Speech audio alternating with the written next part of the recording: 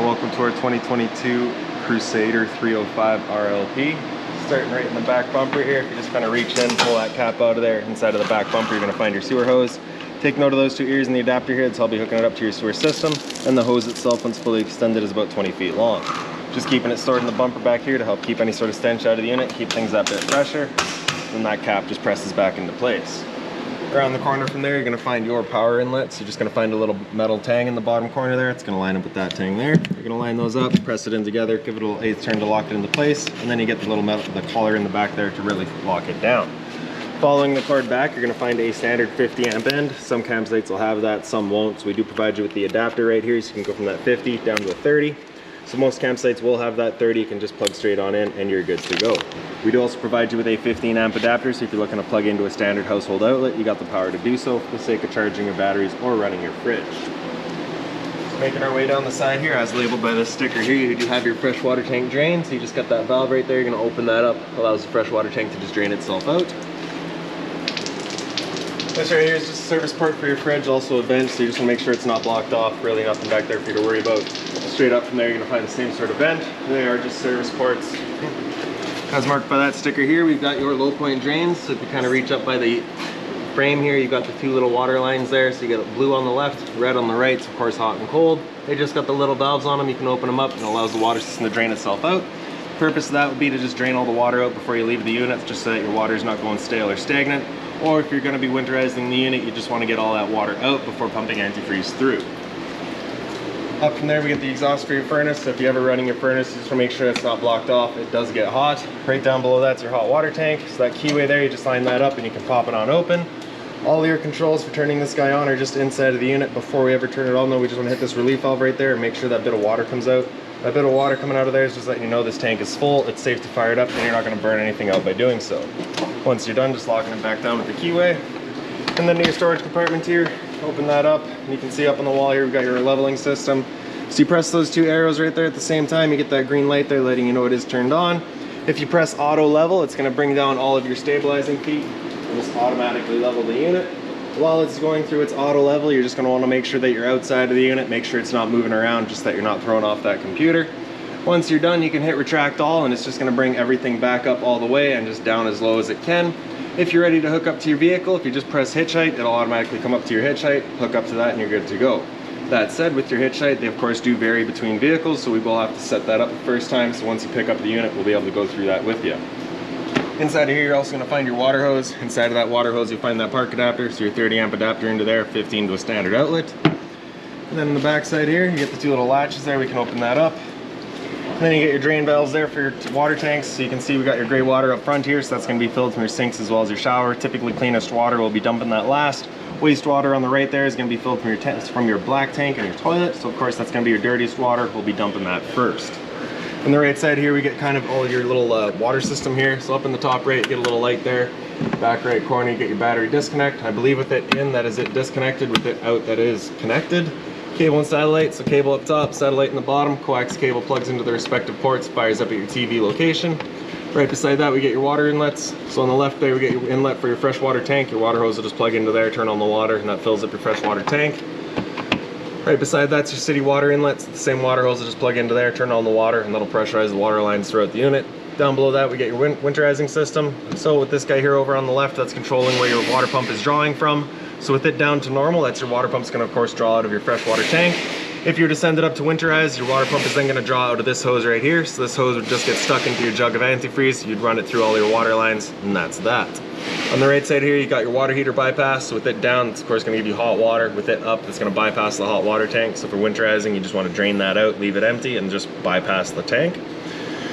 Down on the bottom left here, you get a black tank flush. So you may notice over time after having gone and dumped your black tank, some monitor panel still reading 1/3 or 2/3, whatever it may be. Typically it's just some debris inside of the tank hanging between the probes causing that misread. So what you're going to do is take your water hose and plug it into there, open up the black valve, turn on the water, and that'll just flush out the tank, getting rid of any sort of debris that could be causing that issue. Right beside that, we've got your outside shower, so you get a hot and a cold water line there. And then just this hose right here has the one little end with the two little ears in it. Those will just line up into there at kind of the 10 and 5 o'clock positions. Give it a little 8th turn that clicks into place, and then you get your little garden hose end right there. Okay. Super simple. Once you're done, you're just going to make sure that it's extended out fully. Just drain it out because you don't want to be storing that water. And then lastly, just right in the bottom is a little plug there. So if you've got all your water lines run up through there, you can still get everything closed off and make sure that this is still watertight. Otherwise, it is just kind of open storage right through to the other side. And then we can close her up.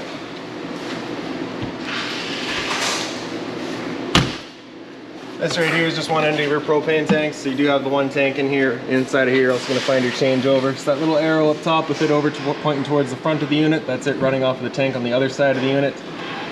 So that little green indicator right there is just letting us know we've got propane in the system. If it were to go red, it's just letting you know there's no longer any propane there. So if you had that tank open and it's going red, it's just letting you know it's an empty tank. So at that point, you just flip over, run off of this tank, we'll get in the other one filled. Close that up. You'll notice that there are no locks on that compartment just because you cannot lock the propane compartment. It's just kind of a safety thing. And up in the front here, you get a little service light up top. That right there is a vent for your battery, so just want to make sure it's not blocked off. Down below, you get your docking lights. So that does a couple of strips across the front there.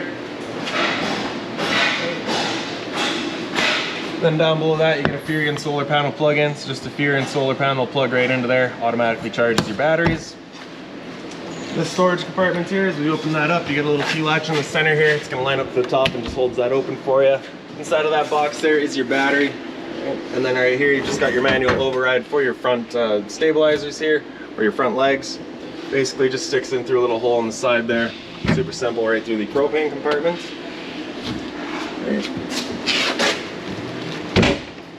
And now around to the other side of the unit here, with the other end of your propane compartment.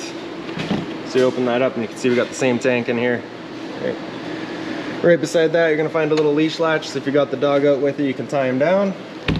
Right beside that's just the other end of your storage compartment. So just magnetic latches hold that guy open. And then up on the wall here, it is a dual function light. So you do have another light just like this inside of the unit. If you have that over to the left there, if you look at the switch, you can see there's a 1 and a 2. So with it over to 1, that's it just turned on. With it over to 2, that's going to be dual function. So it'll automatically turn itself off. Once it senses motion, it'll turn itself back on. Right up above that, you get a GFI protected outlet, cable and satellite on the right side there, and a USB charging down below. That little red light there is just your tire pressure monitor sensor sender. So you'll have a little handheld unit that you'll hold inside of your tow vehicle. Lets you see what your tire pressures are currently at. GFI protected outlet right outside from there, resets right inside the unit. Bottle opener.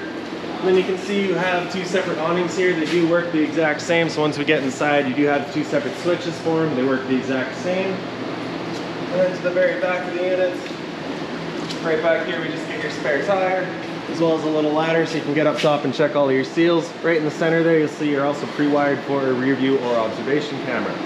If you're looking to bring the bikes out with you, you do have the hitch installed there, so you can put a little bike holder in there. That's that. So now we'll make our way inside of the unit. And for your assist handle, you just push it up 90 degrees and it'll fall into place. Grab the keys and we can open up the door.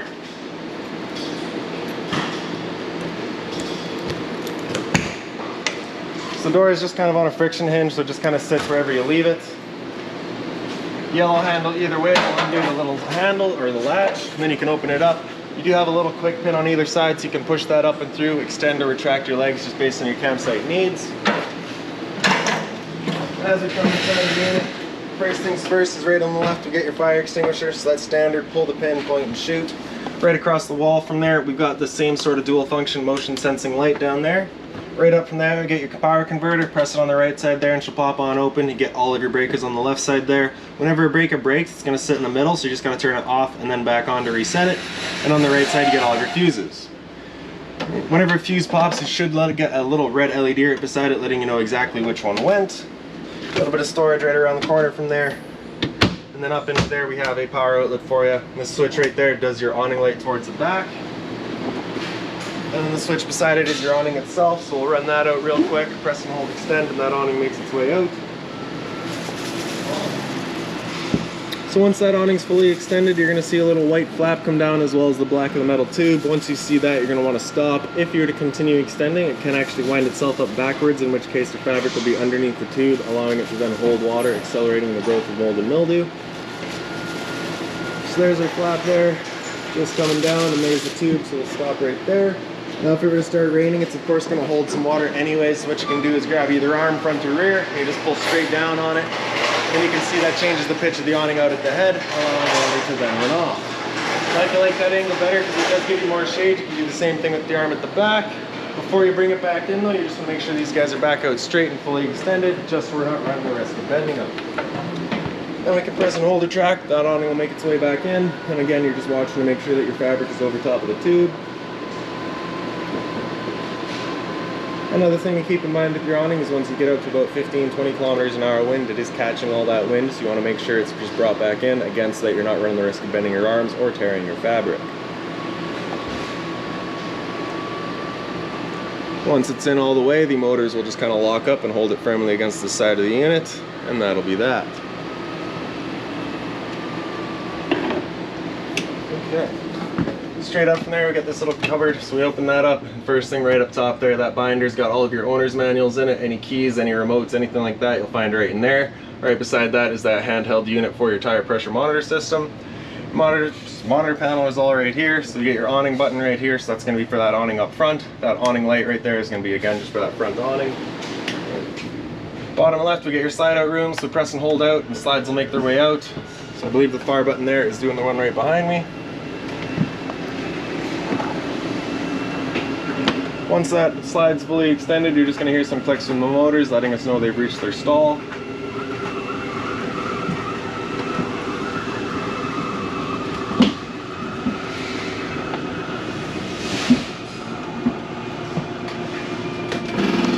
Beside that we get the kitchen slide.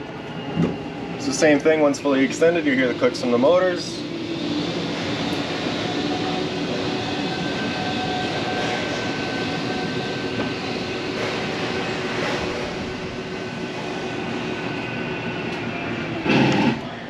Light switch is right above that, so interior one there does all of our interior lights. Pendant light right in the center does your pendant right above the island. Awning light in the right there, we said that was for your front light there. Water heaters in the top left here. So just give me a second here, just gonna close the door. There we go. So water heater up top there on the very left, we get LP, so that's gonna fire it up on propane. If it ever doesn't fire up on propane, you'll just get this little red light there letting you know it hasn't, so at that point just off and back on to reset it. This stood right here, you can hear the click of the igniter and the whir of the flame, we know that tank is good. Turning it on with electricity, you just get that switch right there, just turn it on, fires it up with electricity, and there you go.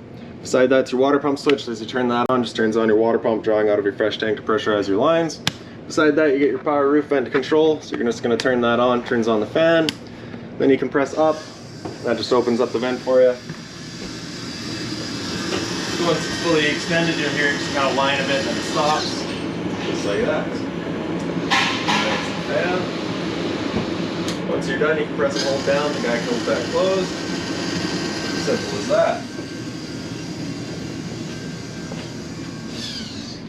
Then in the top here, you'll see you do have black tank 1 and black tank 2. There is only one black tank, so you're just going to leave that in black tank 1. And then you can see in your monitor systems here, press and hold black, you can see you're currently empty. As you fill that up, you go to a third, 2/3 and full. Same idea for your gray tank and your galley. I don't believe galley is used in this unit.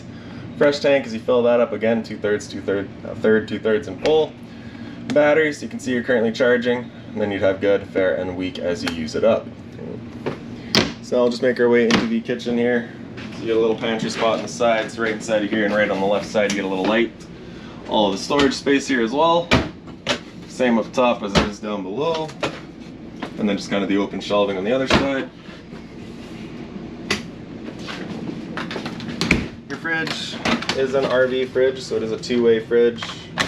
So we have your power button on the right there. It's going to turn it on, and then you can hit modes. You can see we're currently running an AU, so AU would be auto, and then AC is just AC voltage. So because AC voltage is currently available, it's going to run off of that. If AC power were taken away, it would automatically flip over to gas. If you're out boondocking and you solely want it running on gas, you're just going to have that come out until it says LP, and that'll fire it up on propane. Selecting your temperature, you're just going to hit that guy here, and as the label says, 1 is cold and 9 is coldest. So your fridge is down below and your freezer is up top. And right behind me here you get your island, so you have all your drawer space. This strap here is just for your seats, just so that they're not flying around while you're going down the highway. Hot and cold water at the sink, of course. You do get the mobile head there with the shower head feature. You get dual fold up sink covers there, so they are stainless. If you need to put something hot on them, you can. A little bit more storage down below, just being mindful of our drains and our water lines.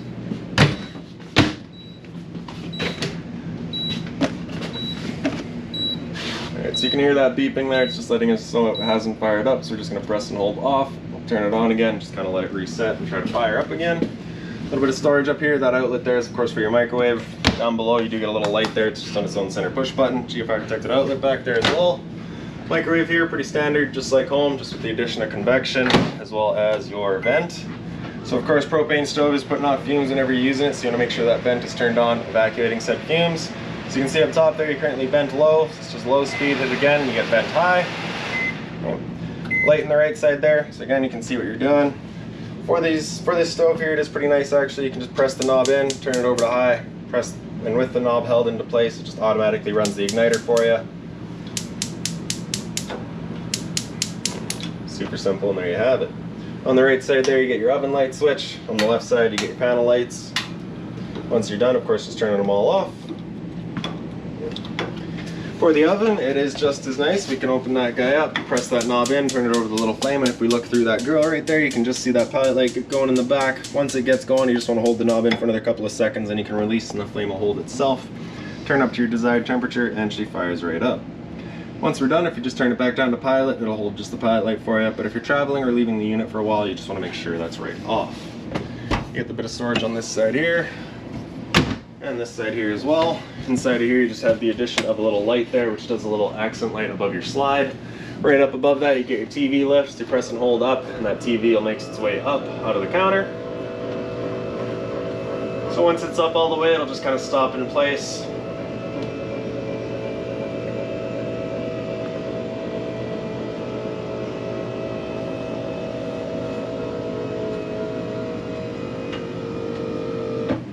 And of course you just press the bottom of the switch there and the TV makes its way back down. Beside that you can see you got your power outlet for it, and then in the back corner you get your antenna already hooked up for it. Right beside it you get a little switch there with that green light. It's just letting you know your antenna is turned on or off. Above that is your cable and satellite outlet. There is another little light up here, a bit more storage space. And then into the entertainment area you of course got the TV we just brought up. Down below that's your stereo. So the power button there is going to turn it on. Then you can hit select and just kind of go through all of your settings. Find whatever's best for you. Mode, and you can cycle through all of your modes. So auxiliary is just right in the front there. TV would be of course for the TV. DVD is not hooked up. Bluetooth you can connect to your phone. And then you get radio. So your seeks and your pause and play. Volume controls, and then on the far right is mute. Power button there, turn it back off. Down below that is your fireplace. So where are the buttons at? Ah, they're touchscreen down on the bottom here. Beautiful. So power button there, of course, is going to turn it on. Center left, you have your bottom illumination color. Center right, you have your heat. Light intensity, I guess. The right side is heat. So that's a little readout in the top right there. Then, of course, once you're done, just the power button there, turn it back off. In the back of the unit, you get your storage all across the top there, so it is just wide open. Little roof vent here as well, just in its own little center knob there to open it up. And then above the couch there's a little light on either side, so its own center push button. This couch here does fold out, so you're just going to grab the bottom cushions, toss them out of the way. You're going to grab this handle here, up and out, fold the feet over, bring the mattress with it. And there's your bed. Once you're done, you're just picking up the foot, folding it back over, it'll click into place, up and in, and then just lay your cushions back down.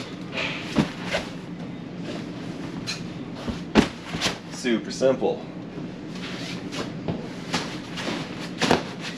The blinds throughout the unit are these kind of dual waving, I guess, so you can have them kind of lined up and you can kind of get your light through still.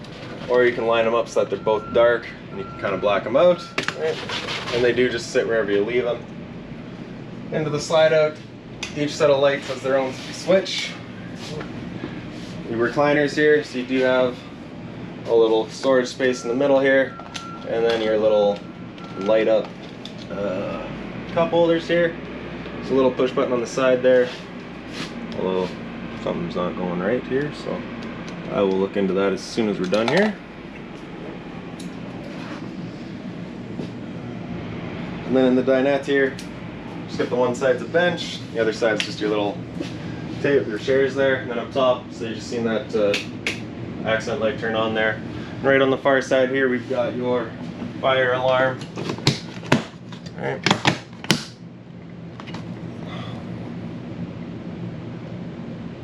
I put that in backwards. I certainly did. There we go. And then in the island here, you've got your LP detector, propane's everything there. It'll sit on the floor. That guy detects it and starts going off just like a smoke detector would. And then into the hallway, we've got this light switch right here. It just turns on your hallway light.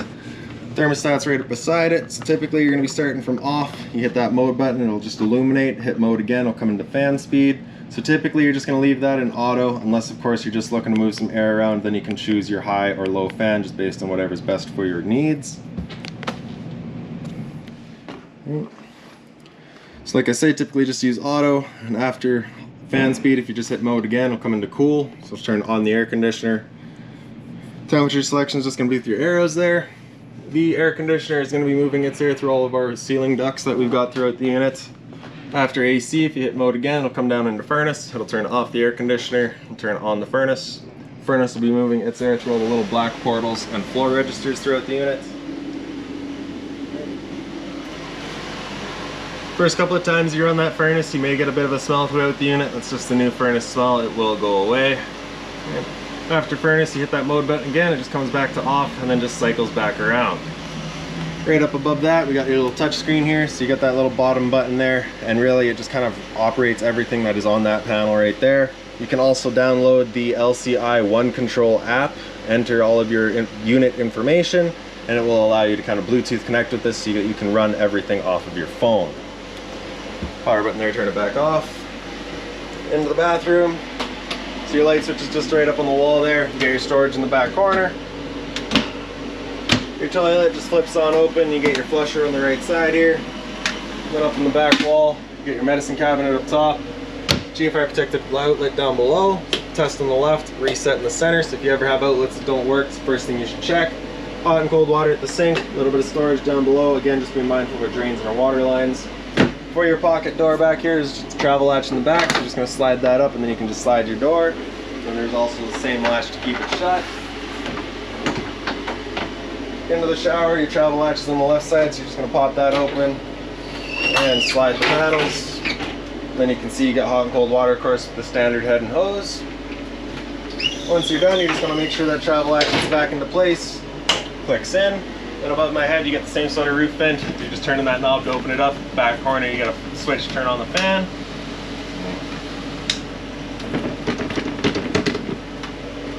And now lastly, up into the bedroom here. So in through here and right on the left, you get your light switch there. You also have your slide out switch, so press and hold out and the slide will make its way out.